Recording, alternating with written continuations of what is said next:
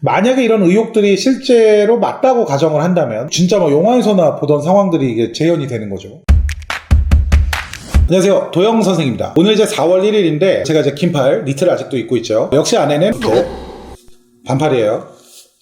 특별히 반팔을 즐겨 입는 이유가 있는 건 아니고요. 그냥 뭐 좀 다림질 하기가 좀 귀찮아서 그냥 이렇게 둘러 입고 다닙니다. 2017년 12월 12일 문무일 검찰총장은요, 검찰 개혁의 일환으로서 검찰 과거사위원회를 출범시킵니다. 당시 위원회는 인권침해라든지 검찰권 남용 등 뭐 이런 의혹이 있는 사건에 대한 진실 규명을 위해서 만들어진 위원회예요. 당시 이제 김갑배 변호사님이 위원장이 되시고, 그래서 이제 김갑배 변호사 등 9명의 위원이 위촉되어서 활동을 시작을 합니다. 사실 근데 과거사위원회 자체가 장자연 사건 때문에만 발족이 된 건 아니에요. 이 부분에 대해서는 혼란이 없으시길 바라고요. 당시에는 이제 뭐 장자연 씨 사건보다도 정현주 전 KBS 사장 수사, 그리고 미네르바 사건 다 기억나시죠? 이런 뭐 사건들이 수사 대상에 올랐던 거죠. 2018년 1월 23일 한국 여성단체 연합을 비롯해서 여성단체들이 서울 여성플라자 앞에서 기자회견을 열고 장자연 리스트에 대한 재수사를 촉구하는 기자회견을 엽니다. 이날 기자회견에서는 28개 회원단체하고 전국 성폭력 상담소 회의소 등 126개 단체가 참여했을 만큼 여성계에서 목소리를 높였던 사건이에요. 장자연 씨 사건과 관련돼서. 자, 이로부터 약 한 달 뒤인 2018년 2월 26일 청와대 국민청원 게시판에 장자연 씨의 죽음을 규명해달라는 청원이 올라옵니다. 아시다시피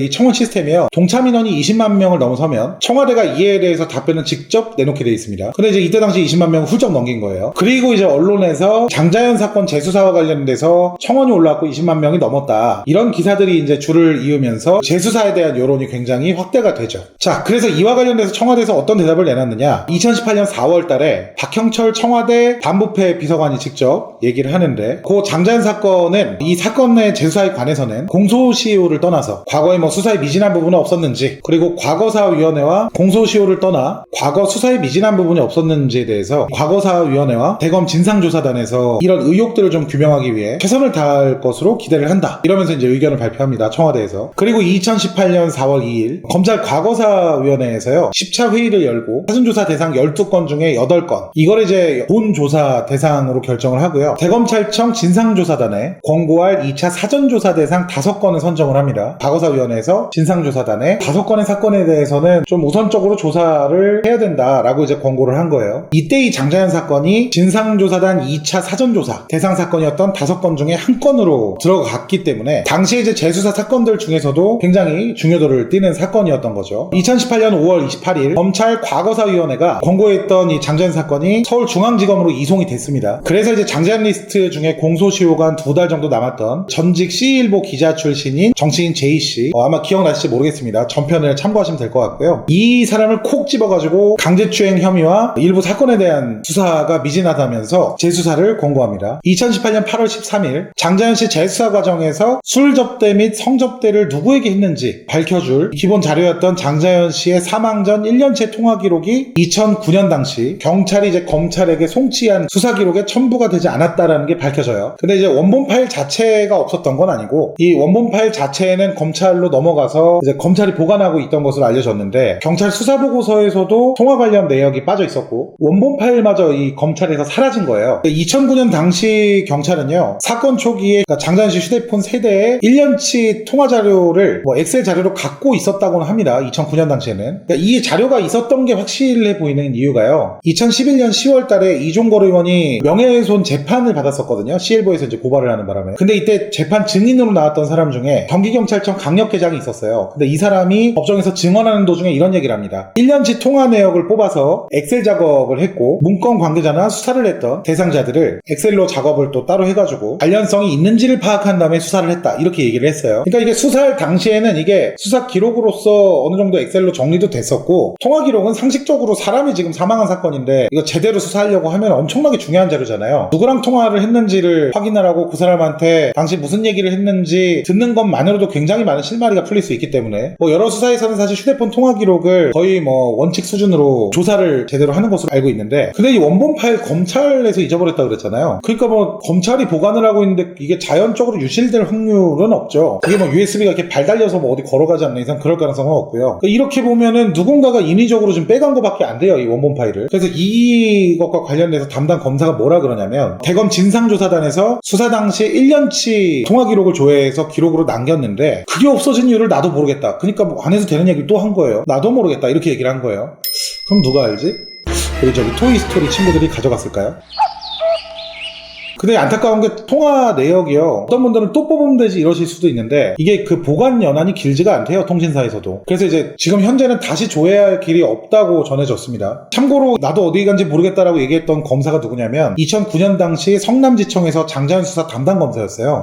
근데 이 국가에서 하는 일인데 이게 증거자료가 스스로 없어지기도 하네요. 어디가 있야? 그러니까 이 부분에 대해서는 굉장히 많은 의혹들이 있습니다. 당시 담당 검사가 매체와의 인터뷰에서 밝히기를, 없어졌다는 게 뭐냐면 1년치 전체 통화 기록하고 엑셀 자료인데, 그리고 이제 그와 관련된 분석 보고서라고 합니다. 보통은 이제 통화 기록물도 일종의 압수물이기 때문에 CD나 USB로 담아서 편처를 해야 한다고 하는데 이 업무 플로우가 그렇대요. 경찰에서 처음부터 수사 보고서를 안 만들었다, 이렇게 설명을 했죠. 그리고 이제 왜 수사 보고서를 그러면은 달라고 안 한 거냐라고 이제 물어보니까 그냥 뭐 특이 사항이 없었고 기록으로 남길 만한 그런 분석 내용이 없어서 그냥 뭐 작성하지 않은 줄 알았다, 이렇게 얘기를 했고요. 그러면서 이제 그 얘기를 한 거예요. 원본 파일이 없어진 거는 뭐 자기도 이해가 안 된다, 이렇게 얘기를 한 거죠. 그러니까 지금부터 제가 드릴 말씀은 뇌피셜이긴 한데 담당 검사라는 사람이 상당히 수상합니다. 지금은 이제 변호사라고 하는데 아까 말씀드린 대로 2009년에 이제 장자연씨 담당 검사였던 사람이잖아요, 이 사람이. 근데 이게 아까 이 검사가 인터뷰한 내용과는 다르게 경찰에서 수사 보고서를 넘긴지 안 넘긴지까지는 뭐 알 수 없지만 뭐 안 넘겼겠죠. 뻔한 걸 거짓말하지 않을 테니까. 근데 통화 기록을 가지고 수사한 정황은 분명히 드러나요, 경찰이. 근데 이 검사가 얘기를 하기를 뭐 특이사항도 없었고 기록으로 남길 만한 분석 내용이 없어서 그래서 작성 안 한 것으로 보인다, 그냥 이렇게 얘기해버린 거란 말이에요. 근데 이 얘기가 무슨 얘기냐면 호날두가 축구할 때 패스가 중요한지 몰랐다, 이 얘기랑 좀 똑같은 거란 말이에요. 아니, 통화 기록이라는 게 아까 말씀드린 것처럼 이게 어떤 이들하고 연결고리가 되고 무슨 얘기를, 이런 엄청나게 중요한 내용들이 담긴 자료인데, 아니 검사 정도 되는 사람이 수사 보고서가 안 올라오는 것을 이상하게 여기지 않았다? 이거 자체가 좀 말이 안 되는 거죠.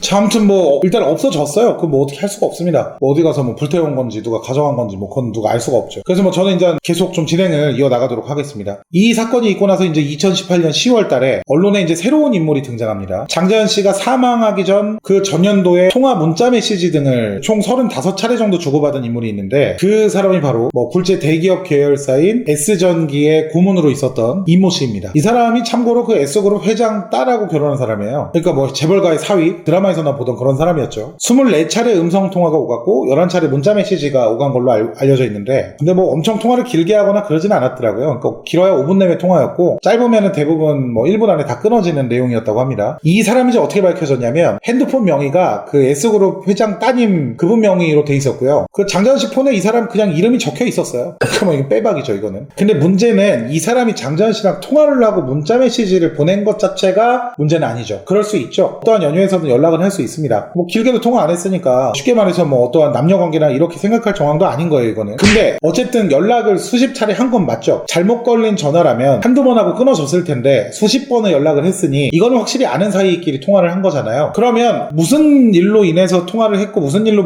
문자 메시지를 보낸 거냐라고 최소한 검찰하고 경찰에서 불러다가 조사는 할 수 있는 부분이죠, 이게. 사람이 그 사망한 사건이니까. 근데 그냥 이런 조사 자체가 없었던 거예요, 이 사람한테는. 그래서 이 사람이 논란이 되는 겁니다. 참고로 2017년 7월 달에 아까 그 S그룹 이 회장님 그 딸하고 이혼 재판 중이었어요. 그래서 이혼은 확정받은 상태고 이게 소송이 계속 지연되는 바람에 지금도 이게 소송이 진행 중이라고 합니다. 근데 이 사람은 장자연 씨랑 왜 그렇게 연락을 많이 했는지가 안 밝혀졌다 뿐이지 사실 뭐 장자연 리스트라든지 문건에서 엄청 중요한 역할을 한다거나 그런 사람도 아니에요. 제가 알기로는 이 사람이 장자연 씨 원본 문건에도 등장하는 사람은 아니거든요, 확실히. 문제는 수사기관에서 어떠한 식으로든 관련이 있어 보이는 사람을 수사 자체를 안 했다라는 거. 그게 또 이제 S그룹과 관련된 S그룹 딸의 남편이라는 이유에서인지 여튼간에 좀 이상하죠. 생각보다 많은 분들이 이 임씨가, S그룹의 임씨가 장자연 씨 그 리스트에 등장하는 사람으로 알고 계시는 분들이 많던데, 알려진 바에 의하면은 문건의 성상납 등으로 이슈가 되는 인물은 아닙니다, 이 사건에서. 단지 그냥 통화 기록이 나왔기 때문에 이름이 오르락내리락 했던 사람이고, 이때 당시에 이제 검찰하고 경찰에서 왜 제대로 된 수사를 한 번을 하지는 않았느냐, 뭐 이게 문제인 거예요, 지금 이 사람은. 그러니까 뭐 너무 헷갈리지 않으시길 하시길 바랍니다. 2018년 11월 5일 아까 그 말씀드렸던 C일보 전 기자 출신인 J씨가 재판에 출석합니다. 근데 몹시 억울하다면서 자기가 강제추행했다는 혐의 자체에 대해서 전면 부인을 하죠. 참고로 이때 재조사 과정에서 윤지호씨도 증인으로 진술을 하는데 이 윤씨를 제외하고 나머지 J씨랑 같이 그 장자연씨 그 술접대 자리에 참석했다라고 알려진 모든 사람들이 J씨가 장자연씨 추행하는 거 못 봤다, 성추행하는 거 못 봤다 이렇게 진술을 한 상태였어요. 이 J씨의 그 혐의가 어떤 혐의냐면 2008년 8월 5일 그러니까 전편에서 대표 김씨의 생일 파티 자리 말씀드린 적 있잖아요. 가라오케 안에서 장자연씨가 테이블 위에서 춤을 추고 있는 상황이 있었나봐요. 근데 갑자기 이 장자연씨의 손목을 잡아당겨서 자기 무릎 위에 앉힌 뒤에 손으로 뭐 장씨의 신체를 만지는 방법으로 추행을 했다고 합니다.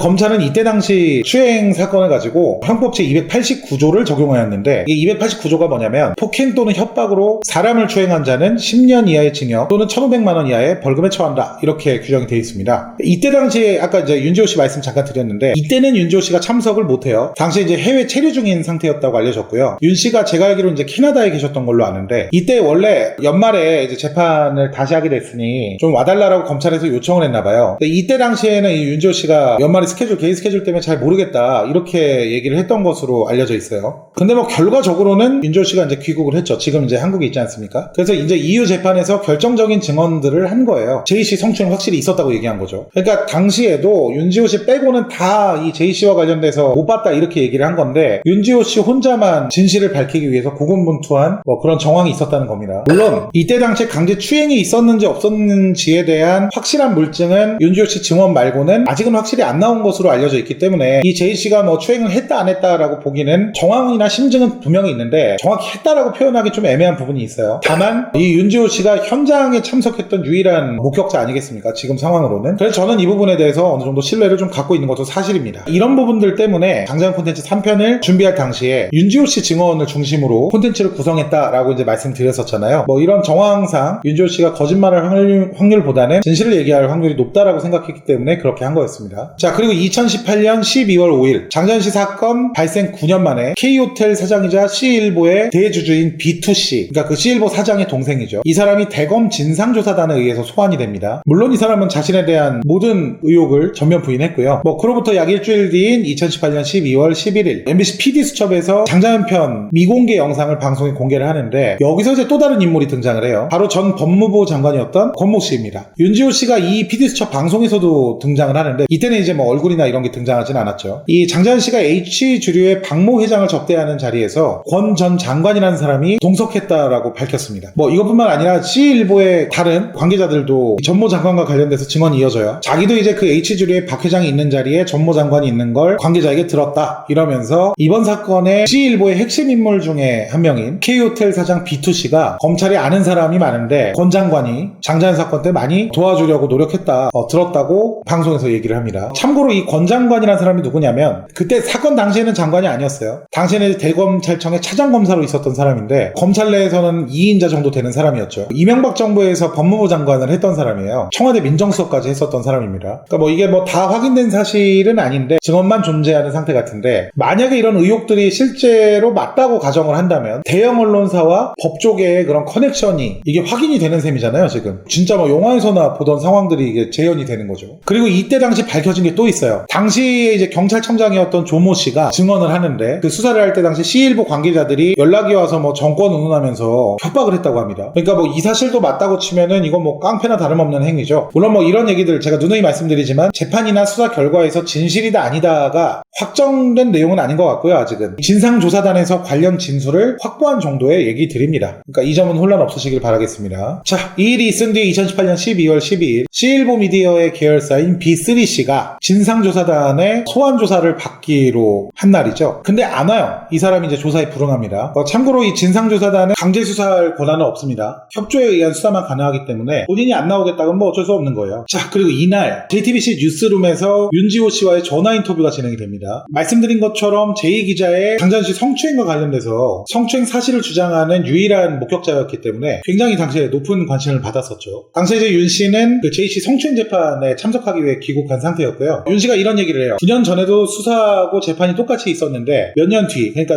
지금에 이뤄서도 관련 재판이 계속되어서 반복적으로 내가 얘기를 해온 터라 수년 전 일이긴 하지만 기억이 또렷이 난다 이렇게 얘기를 합니다. 그때 당시 이제 윤 씨 인터뷰에 따르면은 9년 전에 그 당시 수사 검사들이나 이런 사람들이 윤 씨한테 뭐 이렇게 얘기했대요. 윤 씨 너도 성상납한 거 아니냐 막 이렇게 몰아붙이기도 하고, 그러니까 느낌 자체가 그냥 연예계 성접대 그냥 그런 여러 사건들 중에 하나로 그냥 치부하는, 다소 뭐 가볍게 여기는 그런 느낌을 받았다고 하는데, 현재 재수사에서는 이런 검사들이나 수사기관에서 그때와는 다르게 굉장히 좀 열심히 하는 것 같다. 그래서 뭐 더 용기를 낼 수 있었다 이렇게 얘기를 합니다. 그리고 나서 이제 윤지호 씨는 가장 최근이죠. 2019년 3월 5일날 TBS 교통방송 라디오인 이제 김어준의 뉴스공장에 출연해서 처음으로 자기 이름하고 얼굴을 공개적으로 밝혔습니다. 장자연 씨 사건이 발생된 지 이때가 이제 10주기였던 거예요. 그래서 이제 장 씨의 안식을 바라면서 마지막 증언을 하기 위해서 이렇게 공개를 했다 이렇게 얘기를 했습니다. 근데 윤 씨가 이날 이후에도 계속 이런 증언을 이어나갑니다. 이 사건과 관련돼서 본인 말고도 증언할 수 있는 여배우가 5명이 더 있다 이런 얘기와, 그리고 배우 이 씨 얘기, 현재까지도 계속해서 이 장자연 씨 사건을 풀어내는 데 있어서 중요한 그런 사실들을 계속 증언해 나가고 있는 상태죠. 그리고 이제 이분이 며칠 전이죠. 2019년 3월 29일날 KBS의 한 방송에 출연해서 이런 얘기를 했어요. 자신이 혹시 갑자기 죽게 되면 그거 절대 자살 아니다, 그러니까 믿지 않으시길 바란다 이렇게 얘기했습니다. 그만큼 신변에 이제 위협을 느끼고 있다는 얘기 같은데, 자신은 자살할 생각이 절대 없으며 우울증이나 뭐 이런 것도 아니다라는 증거로서 본인 인스타그램에 이런 자기의 심리 상태 등이 포함된 그런 의무 기록을 올리기도 했습니다. 그러니까 만약에 뭐 그런 일이 있어서는 안 되겠지만, 제가 지금 영상에서 말씀드린 것처럼 이 윤지호 씨가 갑자기 뭐 혼자 목숨을 끊었다라는 등의 얘기가 나오면 윤 씨가 얘기했던 대로 그럴 일이 없다고 본인이 수차례 얘기를 했으니까 이거 믿으면 안 되겠죠. 지금 이슈가 되고 있는 사건 중에요, 김학의 사건이 또 있죠. 버닝썬 말고도 검찰 과거사위원회에서 장자연 사건하고 김학의 사건을 재조사 중인 상태였는데, 원래는 이제 특별한 연장 없이 3월 31일 날 종료한다고 밝혔었어요, 그 전에. 근데 참고로 김학의 사건까지 이 영상에서 다루면 이 영상이 안 끝날 것 같기 때문에 김학의 사건은 나중에 2편 말고 따로 다루든가 하겠습니다. 여튼 이 부분에 대해서 국민청원이 또 올라와요. 장자연 사건의 수사기간을 좀 늘려달라, 재조사를 해달라는 청원이었죠. 그러니까 사실 이렇게까지 재수사가 탄력을 받을 수 있었던 이유도 검찰 과거사위원회나 대검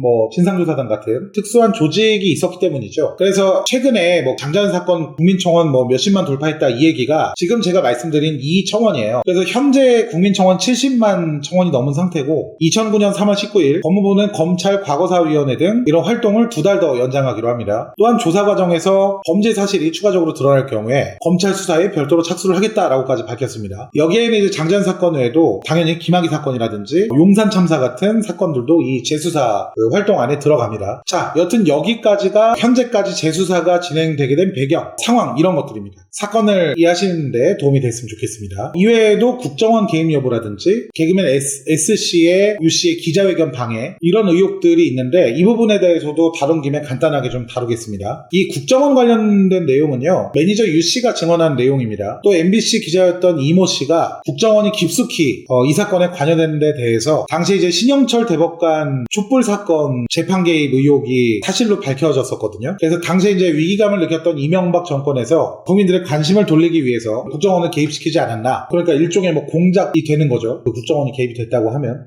이런 추론이 중심이 되는 내용이 이제 국정원 개입설이에요. 물론 이 부분에 대해서는 글쎄요, 제가 봤을 때는 명확하게 아직은 뭐 이렇게 밝혀진 내용은 없는 것 같고요, 그냥 추론 정도인 것 같습니다. 솔직히 이 국정원 개입설에 대해서는 저도 뭐 그렇게 판단이 어떻게 서지는 않는데, 이게 왜냐면은 사실 이런 추측성 얘기들만 있거든요, 지금 현재. 물론 어느 정도 공신력 있는 인물들이 한 얘기이기 때문에 완전 없는 소리진 않지 않을까라는 생각도 있는데, 그냥 뭐 제 생각을 밝히자면 이런 생각이 들어요. 장자연 씨 전 소속사 대표 김 씨하고 배우 송 씨가 이제 막 소송전도 붙고 사이가 안 좋았다라고 말씀드렸잖아요. 당시에 이제 배우 송 씨 남편의 매형이 청와대 암행감찰팀의 팀장이었다고 합니다. 제가 3편에서 언급했다시피 장자연 씨의 죽음의 배경 중에 하나가 배우 송 씨, 이 씨, 그리고 소속사 대표 김 씨, 매니저 유 씨 등이 이제 소송전 등으로 얽혀 있다가 여기에 이제 관여되는 바람에 자살을 택한 것 같다라고 말씀드렸잖아요. 근데 아마 이런 이유가 맞다고 한다면, 그러니까 뭐 어쨌든 간에 뭐 송 씨가 여기 개입이 됐으니 이게 뭔가 사건이 좀 잘못되면은 조금 이런 가족 구성원한테 문제가 생길 수 있으니 청와대 소속이었던 뭐 이런 뭐 사람이 나서다 보니 국정원이 개입이 되지 않았나, 뭐 이런 생각도 들고요. 결과적으로 장씨 문건이 유서가 아닌 거라는 걸 알고 있었던 배우 송 씨가 이 문건이 유서로 탈바꿈하게 된 그런 배경에서 관여했다라는 일종의 상황적 증거가 아닐까라는 생각도 좀 들고요. 좀 더 정확하게 이 국정원 개입설에 대해서 좀 말씀드리자면, 제가 좀 전에 했던 얘기들은 다 그냥 잊어버리시고 그냥 제 개인적인 생각이니까요. 매니저 유 씨하고 같이 일했던 그 직원들이 법원에 제출한 이런 사실 확인서에서 장 씨가 숨진 후에 국정원 직원이 유 씨를 돕고 있었다, 이런 복수의 증언이 나와서 이게 지금 더 이슈가 된 거거든요. 근데 이 증언 중에 하나가 장자연문건 내용이 세상에 공개돼서 유 씨가 이제 경찰 조사를 받게 되니까 소속사 여배우 쪽에서 유 씨를 도와주러 온 사람이 바로 국정원 직원이었다, 이 얘기를 이제 유 씨 밑에 있었던 실장이 증언을 한 거예요. 그러니까 제가 아까 전에 뭐 배우 송 씨가 뭐 이렇게 말씀드렸던 이유도 이게 연결고리를 찾아보면 사실 그쪽이 제일 가까워 보이거든요. 그래서 이제 드린 말씀이긴 했는데, 여튼 이제 국정원 개입설은 뭐 이런 식으로 좀 진행이 되고, 이러면서 이제 최근에 이제 뭐 박주민 의원이라든지 이런 정치권에서도 당시에 이제 국정원이 왜 개입이 된 거냐라는 의혹들을 계속 제기하면서 지금까지 이제 알려진 겁니다. 근데 이것도 사실은 당시에 경찰에서 이런 얘기가 있었음에도 불구하고 조사를 제대로 안 한 거예요. 뭐 밝혀진 게 없습니다. 제가 지금 말씀드리고 싶어도 밝혀진 게 없기 때문에 더 이상은 말을 좀 줄이는 게 맞을 것 같습니다. 이게 좀 잘못하면요, 좀 다른 방향으로 해석이 되면 사실 뭐 타살설까지도 이어질 수 있는 부분이거든요. 그래서 뭐 밝혀지지 않은 사실이니까 이만 좀 이 부분에 대해서는 좀 조심해서 저도 얘기를 하겠습니다. 자, 그리고 이제 개그맨 서씨 얘기가 있죠. 이게 참 뭐 이게 까도 끝이 없네요. 제가 지금 촬영을 거의 2시간이 넘게 하고 있는데 또 이렇게 길게 또 촬영을 하는 건 처음이에요. 밖에서 이제 편집자가 벌벌 떨고 있습니다. 자, 어쨌든 뭐 개그맨 서씨 얘기 한번 해보겠습니다. 장자연 씨가 사망한 지 이제 11일째 되는 2009년 3월 18일 날 새벽 12시 30분경에 매니저 유 씨가 이때 당시에 이제 병원에 입원해 있는 상태였어요. 병원에 개그맨 서씨가 갑자기 찾아와요. 이 시간에. 유 씨가 왜 병원에 있었냐면은 며칠 전인 3월 13일 날 어떤 이유인지 모르겠는데 실신을 했대요. 갑자기. 참 뭐 뜬금없는 일들이 많이 일어나는데 이 사건에서는. 여튼간에 뭐 이 사람이 아무튼 입원을 했고, 개그맨 서씨가 3월 18일 날 새벽 12시 반, 그러니까 아무도 병원에 안 갈 만한 그 시각에 유 씨 병실에 온 거는 아주 확실합니다. 이거는 팩트예요. 이때가 이제 뭐 기자들이 잠깐 자리를 비웠었대요. 유 씨가 워낙 당시에 화제를 갖고 있었던 사람인지라 장자연 사건과 관련돼서 기자들이 이제 항상 병원에 진을 치고 있었는데, 여튼 이때 온 건데, 이날이 무슨 날이냐면 이날 몇 시간 뒤에 이제 유 씨가 장자연 문건에 대한 기자회견을 하기로 돼 있었던 거예요. 어쨌든 뭐 이 기자회견이 열리기 전인 거죠, 상황이. 그러니까 밤늦게. 그래서 이 서 씨가 신원을 할 수 없는 남성들과 동행을 했다라고 알려져 있는데, 이 일에 대해서는 설이 이제 두 가지로 나뉩니다. 하나는 한 언론사의 독점 취재를 위해서 서 씨가 도와준 것이라는 내용 하나하고, 조폭을 동원해서 서 씨가 유 씨의 기자회견을 막으려고 했다라는 이 설 하나가 있습니다. 먼저 이제 독점 취재와 관련돼서는 해당 독점 취재 기자가 누구냐면 시사인의 주진우 기자였다고 해요. 당시에. 이후 보도를 통해서 직접 주진우 기자가 이게 상황이 너무 이슈화되니까 시사인 홈페이지에다가 당시 상황이 담겨있는 이런 내용들을 밝히는데, 그러니까 뭐 같이 갔던 남자들 중에 한 명이 나였다. 그리고 해당 자리는 시사인의 독점 인터뷰 자리였다. 이렇게 밝혔습니다. 그리고 이제 그 당시 상황에 대한 정황도 좀 자세하게 담겨있는데요. 이 주진우 기자가 12시 반, 그러니까 유 씨 만나기 전날 이제 서 씨를 먼저 만났대요. 근데 만난 자리에서 서 씨가 유 씨가 좀 걱정된다, 그러면서 기도해주고 싶다, 뭐 이런 얘기를 했다고 하는데, 그래서 이제 뭐 주 기자가 뭐 가자고 했겠죠. 그리고 걱정되면 가서 기도해주자 그랬는데, 이제 뭐 주 씨도 사실 그렇게 되면 자기도 독점 취재할 수 있을 것 같아서 뭐 은근히 좀 부추긴 경향도 있다라고 얘기를 했죠. 근데 왜 서 씨가 기자회견 막으러 간 거라고 이런 기사들이 났을까요? 이 부분이 굉장히 중요하죠. 당시에 이제 서 씨가 유 씨 만나가지고 뭐라 그랬냐면, 자기 경험상 이제 기자회견 한다고 하면 말을 최대한 많이 하지 않는 게 좋다. 이왕에 할 거면은 변호사나 주위 사람들과 상의해서 신중하게 말해야 된다. 자기도 있고 유 씨 걱정하는 사람들 많이 있으니까 자살 같은 거 뭐 절대 생각하지 마라. 누가 괴롭히면은 우리가 도와주겠다 라고 서 씨가 다독여줬다고 주진우 기자가 전했습니다. 그리고 뭐 서 씨는 가고요. 주진우 기자만 남아서 한 새벽 4시까지 한 3시간 동안 독점 인터뷰를 또 진행을 했다고 하죠. 근데 이제 현장에서요, 이미 서 씨랑 뭐 주 기자 도착하기 전에 1시간 전에 7명의 기자들이 이제 공동 인터뷰를 유 씨하고 진행을 했었대요. 여튼에서 갑작스럽게 알려진 개그맨 서 씨하고 남자들이 막 방문을 하니까 이제 현장에 있던 기자들이 무슨 얘기인가 하고 들었던 거예요. 근데 서 씨의 목소리가 그때 당시 상당히 컸대요. 그래서 이제 밖에까지 다 들렸다고 하는데, 대화 그 안에서 뭐 기자회견 하지 마라 이런 얘기가 들렸다라는 거죠. 그러니까 이게 와전돼서 서 씨 조폭 개입설이 등장했다, 뭐 이런 얘기입니다. 자, 그러면 이제 조폭 개입설 한번 알아볼게요. 이게 무슨 소리냐? 서 씨가 방문했고 남자들 같이 따라간 것까지는 동일해요. 이 주진우 기자 얘기랑은. 다만 이제 사건을 바라보는 시각이 좀 달랐던 것 같은데, 당시에 뭐 남자가 2명이 있었다, 4명이 있었다 이런 얘기가 있거든요. 이 부분은 뭐 저도 잘 모르겠습니다만, 여튼 밖에서 이 모습을 목격했던 기자들이 안에서 하는 얘기들을 들었는데, 이때 대표 김 씨 얘기를 이제 서 씨가 하면서 장자연 씨를 희생양 삼아서 소속사 간 다툼으로 김 씨가 몰아가고 있으니까, 그래서 뭐 시민들 앞에서 얘기하려고 말하려고 나왔다 이런 식으로 유 씨가 기자회견에서 말을 하라고 설득을 했다고 합니다. 또 지금 명단에 있는 사람들 지금 세상이 다 공개돼서 난리 났으니까 웬만하면은 기자회견 하지 말고, 하더라도 할 말은 있으나 가슴에 담아두고 일이라 열심히 하겠다 이러면서 마무리하라고 얘기를 했다고 하죠. 그러니까 이제 유 씨가 이게 좀 구체적인 정황이 있어요. 아니 내가 뭘 잘못했길래 기자회견 막냐, 이렇게 뭐 큰 소리로 외쳤다라는 얘기도 있습니다. 근데 왜 서씨가 갔을까요? 알고 보니까 서씨하고 유씨가 고교 선후배 사이라고 하는 얘기가 있습니다. 그래서 이런 일이 일어난 건가? 라고 생각을 했는데 이게 좀 희한해요. 유씨가 이날에 기자회견을 하거든요. 그래서 결과적으로 끝나고서 기자들이 이제 질문을 하죠. 이 서씨가 찾아서 뭐라고 한 거냐 도대체. 근데 유씨가 이때 이럽니다. 서씨는 자기가 알지도 못한 사람이고 이날 병문안 와서 처음 봤다라는 거죠. 평소에 친분이 없었다라는 얘기인데 이렇게 되면은 주진우 기자가 얘기했던 서씨가 유씨를 걱정했고 뭐 이런 얘기가 좀 말이 안 되지 않나요? 왜 걱정을 하죠? 너무너무 뭐 착한 사람이라 그런가?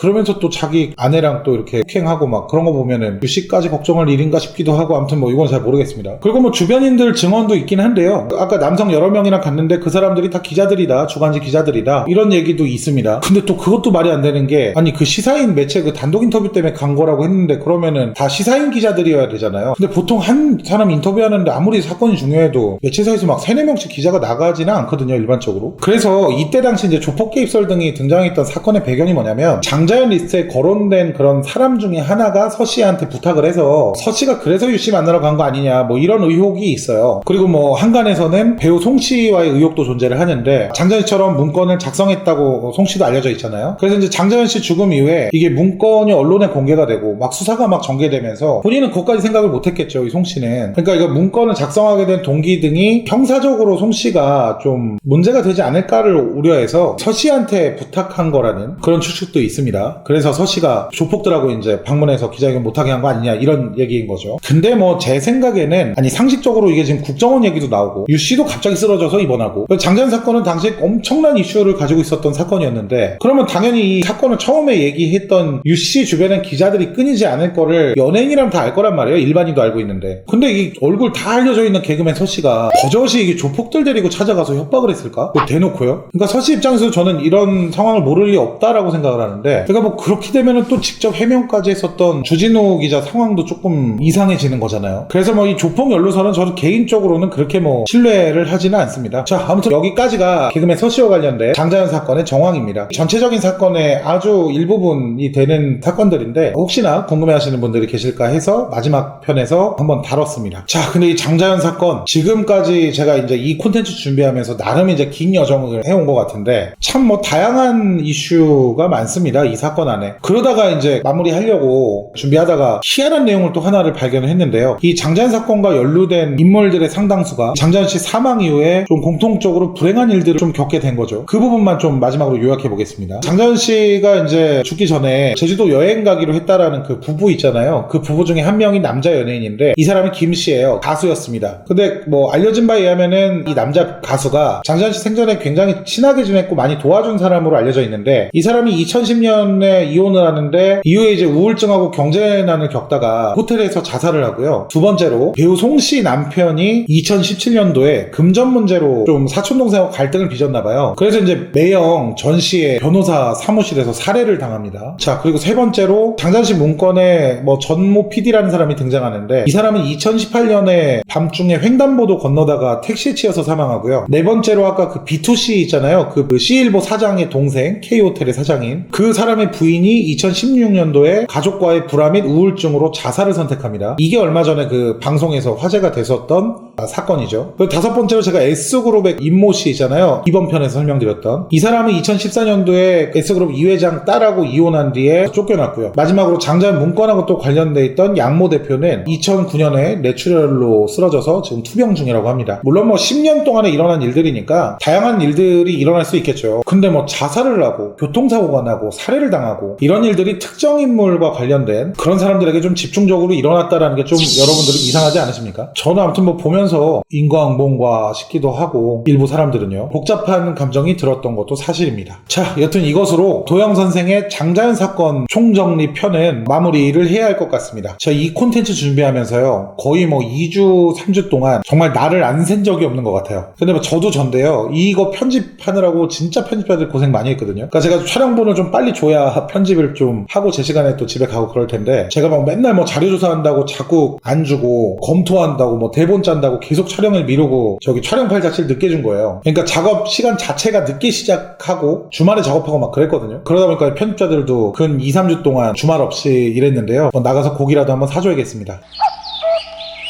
구독자분들 중에서도 이렇게 알차게 보신 분들이 계시다 하면은 저 외에도 우리 편집자들 정말 수고했으니까요. 한마디씩이라도 좀 댓글로 편집자들 수고했다고 좀 달아주시면은 제가 진심으로 대신해서 감사 인사 드리겠습니다. 네, 이런 말씀 드려서 죄송해요. 제가 좀 미안해서 그래요. 입만 벌리면 거짓말이 자동으로 나와. 그래도 뭐 이게 다들 힘들어하진 않았던 것 같아요. 굉장히 뭐 힘든 상황 속에서 이제 이런 것들을 하긴 했는데 그래도 뭐 하다 보니까 나중에는 뭐 사명감도 들고 뿌듯함도 있어서 넘어야 될 산이었나 이런 느낌도 들고 했습니다. 여튼 뭐 내용도 어렵고 너무 길고도 긴 영상 봐주신 여러분들한테도 다시 한번 감사 인사드리고요. 제 영상도 사실 제가 100% 진실을 담았다고 생각하지 않습니다. 분명히 중간중간에 틀린 내용도 있을 거고 특히 뭐 연도나 날짜 같은 경우는 몇 번을 확인했는데도 뭐 정확하게 담기 어려운 부분도 있었고요. 사실은 매체사마다 또 얘가 다르기 때문에 그래도 뭐 10년 넘게 이어져 온 장자연 사건에 대해서 좀 더 제대로 알고 기억하고자 하셨던 이런 여러분들의 바람이 저를 조금 더 힘내고 용기 있게 만들었던 것 같습니다. 감사드리고요. 저는 다음 영상에서는 다른 주제로 다시 뵙도록 하겠습니다. 감사합니다. 도영 선생이었습니다.